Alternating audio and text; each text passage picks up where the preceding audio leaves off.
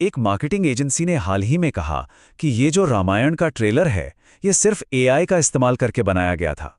कोई बड़ा स्टूडियो नहीं, कोई वीएफएक्स टीम भी नहीं, बस एआई और क्रिएटिविटी। सोचिए जरा, ये कितनी जबरदस्त बात है।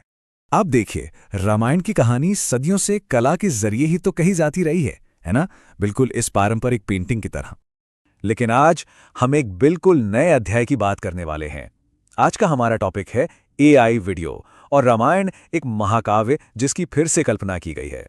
तो सवाल ये उठता है कि आखिर आर्टिफिशियल इंटेलिजेंस दुनिया के सबसे पुराने महाकाव्यों में से एक को फिर से सुना कैसे सकती है? चलिए इसी को समझते हैं। ठीक है, तो चलिए इसमें थोड़ा और गहराई से उतरते हैं।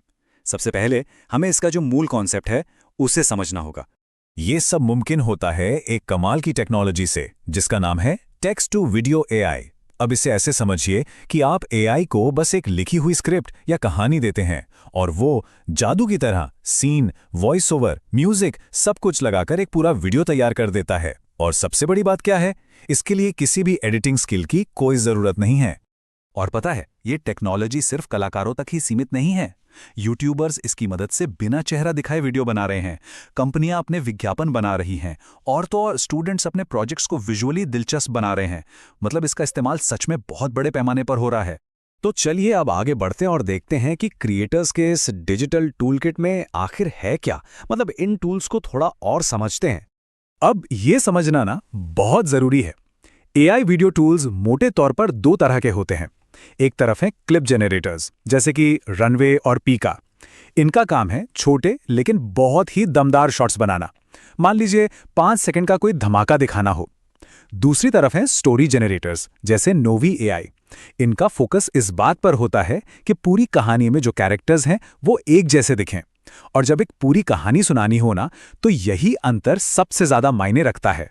मार्केट में ना कई पॉपुलर टूल्स हैं और हर टूल का अपना एक खास काम है। जैसे रनवे एमएल सिनेमैटिक क्लिप्स के लिए बेस्ट माना जाता है, तो पीका छोटे मोटे एनिमेशंस के लिए। यूट्यूब वीडियो या रील्स बनानी हो तो उसके लिए इन वीडियो एआई है। और सबसे कमाल की बात तो यह है कि फ्लिकी एआई जैसे टूल्स तो खासतौर पर हिंदी वॉइस ओवर वाली रील्स के लिए भी बनाए गए हैं। अच्छा, तो अब सवाल यह है कि रामायण जैसे किसी महाकाव्य को एआई के जरिए फिर से कैसे बनाया जा सकता है? आइए इसका जो स्टेप बाय स्टेप वर्कफ्लो है उस पर एक नजर डालते हैं। ये पूरा प्रोसेस ना 4 आसान से स्टेप्स में हो जाता है। स्टेप 1, चैट जीपीटी जैसे टूल से कहानी की स्क्रिप्ट लिखी जाती है। फिर स्टेप 2, जेमिनाई जैसा कोई इमेज जनरेटर उन शब्दों को तस्वीरों में बदल देता है। इसके बाद स्टेप 3, उन तस्वीरों में जान डाली जाती है, मतलब उन्हें वीडियो क्लिप बना दिया जाता है। और आखिर में स्टेप 4, एआई किरदारों को अपनी आवाज देता है और साउंड इफेक्ट्स डालकर कहानी को एकदम जिंदा कर देता है। और हाँ, एक बात याद रखने वाली है, इस पूरी प्रोसेस का जो दिल है ना, वो है एक अच्छी स्क्रिप्ट। एआई को जितना बेहतर तरीके से समझाया जाएगा, नतीजा उतना ही शानदार मिलेगा। जैसे एक प्रॉम्प्ट ऐसा हो सकता है, अयोध्या की गलियां दियों और रंगोलियों से सजी हैं, राम के लौटने की तैयारी हो रही है। फिर कहानी में जान डालने के लिए आता है साउंड। इसमें हर किरदार के लिए एक अलग अनोखी आवाज तैयार की जाती है, जैसे राम की शांत आवाज या फिर भीड़ का उत्साहित शोर। उसके बाद एआई लिपसिंक का इस्तेमाल होता है ताकि डायलॉग किरदारों के होठों से मैच करें। और आखिर में माहौल बनाने के लिए सही बैकग्राउंड म्यूजिक और पटाखे या दियों की आवाज जैसे साउंड इफेक्ट्स भी जोड़े जाते हैं। लेकिन रुकिए, ये सब सुनने में जितना आसान लग रहा है उतना है नहीं। अब बात करते हैं उस सबसे बड़ी चुनौती की जिसका सामना कहानी बनाने वालों को करना पड़ता है, और वो है एआई की अपनी सीमाएं। रेडिट पर एक यूजर ने इस प्रॉब्लम को बहुत ही अच्छे तरीके से समझाया है। वो लिखते हैं, असली समस्या है कंसिस्टेंसी की। Sound, VFX, mouth sync, dialogue, किरदार, ये सब आपस में जुड़े हुए नहीं लगते। और सच कहूं तो यही क्रिएटर्स की सबसे बड़ी परेशानी है। और इसकी एक बहुत बड़ी वजह है, ज्यादातर जो क्लिप जनरेटर टूल्स हैं वो मुश्किल से 5 से 10 सेकंड की ही क्लिप बना पाते हैं। अब जरा सोचिए, इतनी छोटी छोटी क्लिप्स को जोड़कर एक लंबी कहानी सुनाना कितना ज्यादा मुश्किल होगा। और यहीं पर अलग अलग टूल्स का फर्क एकदम साफ हो जाता है।